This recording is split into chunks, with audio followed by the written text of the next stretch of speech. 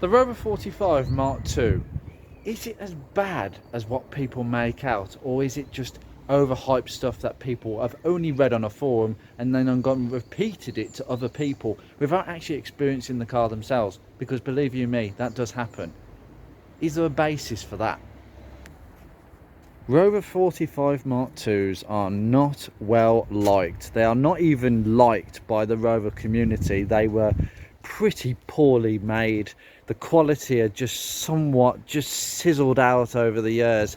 I think there is one thing to be said: no matter what your opinions on the Honda Rovers, the Rover 75, which is a BMW basically underneath with a lot of BMW parts, I know it's more complicated than that, but the truth is that's the way it is. No matter what you see post SD1 era Rovers, they all had a knack of a charm about them and quality.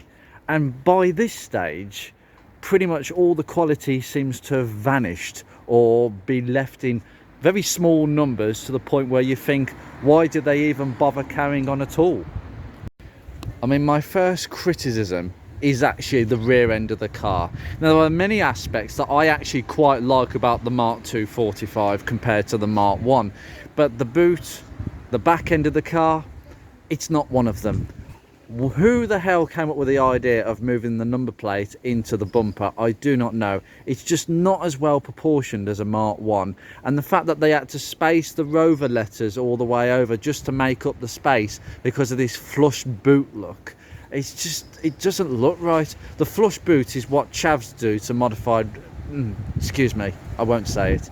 That back bumper, it kind of sticks out a long way compared with the Mark 1, where it's more smooth. And obviously, where's the chrome bits? There's no chrome bits. I think a lot of this car is about Rover trying to modernise what was an aging platform, a platform that basically a Honda Domini platform was basically a 1992 platform, but even that shared many components with the Honda Civic, the earlier Honda Civic. So a lot of this car is absolutely ancient underneath, and I can assume that when Richard Woolley was looking at the original Honda Domini, he must have absolutely shrieked, considering that that was the basis of the HHR, which virtually never really changed in shape throughout production. I mean, look at it. They did a really good job with this car, but it was constrained, it was restricted. But that's another video for another day.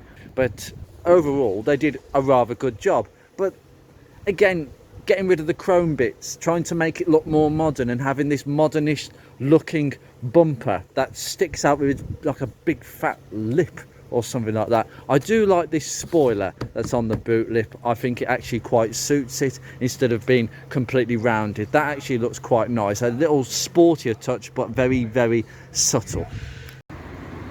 And as we come round to the front of the car, this is the bit I actually quite like about the car, and I think those headlights are slap bang on what they should be for 2004. Have a look at a few BMWs the same age, mid-noughties. They have similar looking headlights. I actually quite like the look of them. The problem with these is that the quality of plastics used are so poor that I imagine, like many owners, I am going to be wet sanding and polishing them every few months just to stop them fading. My other thing is the grille actually looks quite nice. I think they did a good job trying to make something look a little bit more modern, so less chrome, but I do think they missed a trick with not doing a bit more chrome, maybe chrome on the slats. But then I think that would look a bit too old school. What they were trying to do is make it look a bit more modern, and I think they certainly did that. But the problem is, it just makes me think of a blue rinser, and I know there are people of a certain age who know exactly what I'm talking about, but it does. It looks like a blue rinser with that disconcerting look on their face constantly of disappointment. You know, whatever you're doing, it's just not good enough. You can do it better than that. And again, removing the chrome strips, just trying to make it look a little bit more modern. I have to say, I think at the front it works. So that's presumably why they did it at the rear and they removed the strips completely. But ideally, you'd want some chrome strips. It was that element of class and distinction that Rover had, and then they lost it.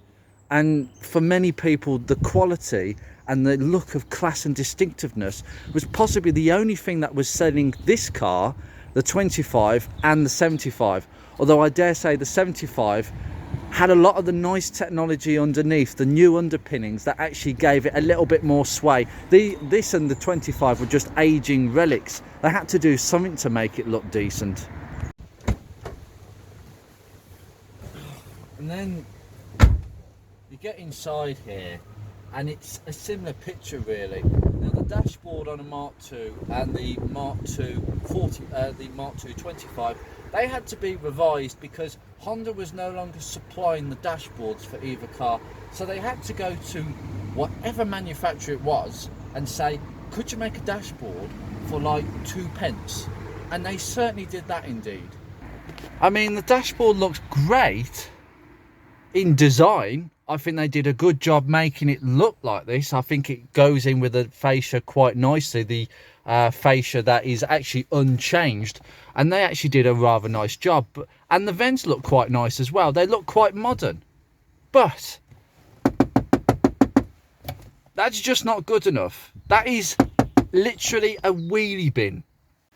And these, I mean, if I'm a bit rough with these, I'm going to break them. In fact, that one has decided it does want to break again, so I've got to push that back in as well. It's just awful. Some of the switches are just a bit, I mean, it's not nice. I mean, look at this glove compartment. I mean, it's just shocking. There's no quality about that.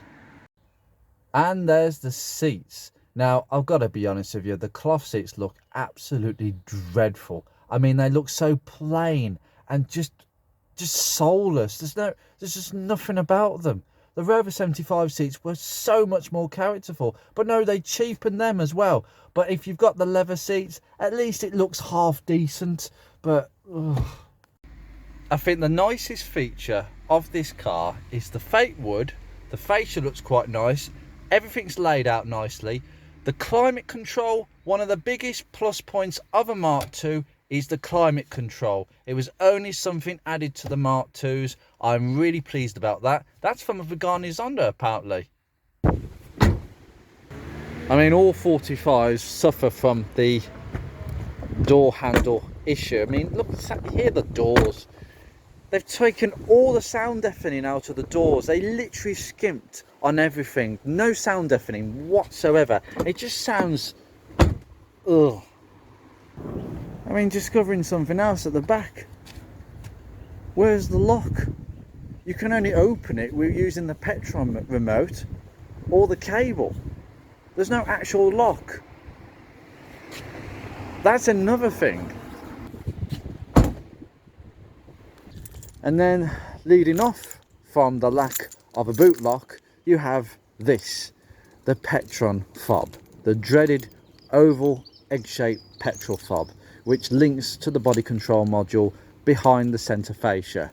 This thing is so prone to faults, it is untrue. The relays are so poor quality, it's untrue. If it wasn't for that, it'd be a brilliant system, because this is actually a Faction Cat 1 system, so far superior to the old Lucas system that was offered on this car.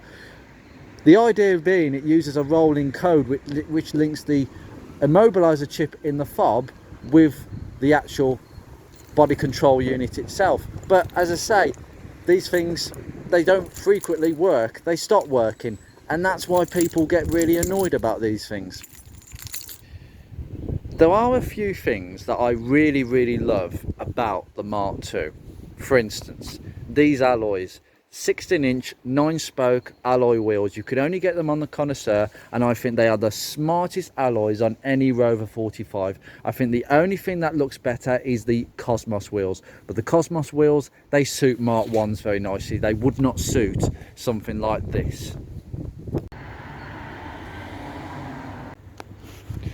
And underneath here, which is something very familiar to every single Rover 45 K series owner. There were very few changes indeed, maybe a different engine mounting here and a different engine mount over there, but you have the low level coolant sensor, which remarkably was only fitted to the Mark IIs. Why did it take them so long to fit such an important item? Imagine how many K series engines that would have saved. Just stupid. It doesn't even sound that nice either, it's just a clunk. Overall, should I be sympathetic with this thing? Yeah, I should be, because I absolutely love this to bits. Because it's a Rover 45, like any other Rover 45. It doesn't drive any differently than a Mark 145. The bit for me that really saddens me is that actually I like the design of the headlights. The dashboard design, the vents are quite cool, quite nice. I think the actual fact that the chrome strips are missing is not necessarily a bad thing. It just made the car look a little bit more less cluttered and a little bit more modern. But they could have done a few more things, like maybe the grille could have been chrome, you know. Maybe they shouldn't have messed about with the back of the car so much, particularly with the way that the number plate is arranged with this flush boot design. It just, I think I went a bit too far with some things, but overall it is just a 45. Has it earned its reputation? Yes, it has. The Mark IIs are nowhere near as good as the earlier brethren, but I'll tell you, just because of a few odd features that were added to this car, I think it makes it better than the late Mark 1s. So you're talking 2003, 2000, early 2004 cars.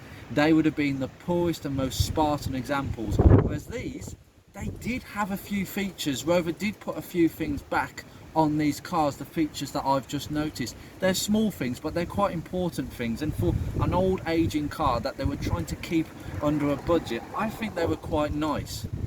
I do have to say, the level of quality with this car isn't great overall. And if that had been the level of quality that they were producing during the R8 time, the most critical time of Rover's history, where they could have literally disappeared off the face of the earth in the early 90s, I think they literally would have disappeared off the face of the earth based on this quality. But because of the 45's reputation and Rover's reputation as a whole, it kept on going. But hey, it was cut short because of the administration after 12 months. I expected the car to fall to bits in my hands. I literally, from what people said on the forums, on the Facebook groups, don't buy a Mark II, it will literally fall to pieces. And that is where you just can't pay attention to people's opinions. You have to go about it yourself. Theoretically, this example could potentially be one of the least loved Rover examples ever, because that gearbox, the CVT gearbox that everybody dreads and hates and says, oh, it's rubbish, it disintegrates, it falls apart, it detonates. Well, so far, I haven't experienced this. I'm pretty sure that if it happens, people will definitely put some laughing emojis at the end of this and say, haha, told you so. Well, I'm not being funny, it actually drives really nicely. So maybe the rumours about these gearboxes being awful is based on people not looking after them. Anyway, I'm going to conclude this rather mixed reaction to a Mark II Rover 45. Is it as bad as what people say? Not entirely, but there is substance for that argument. Take care, guys. See you very soon.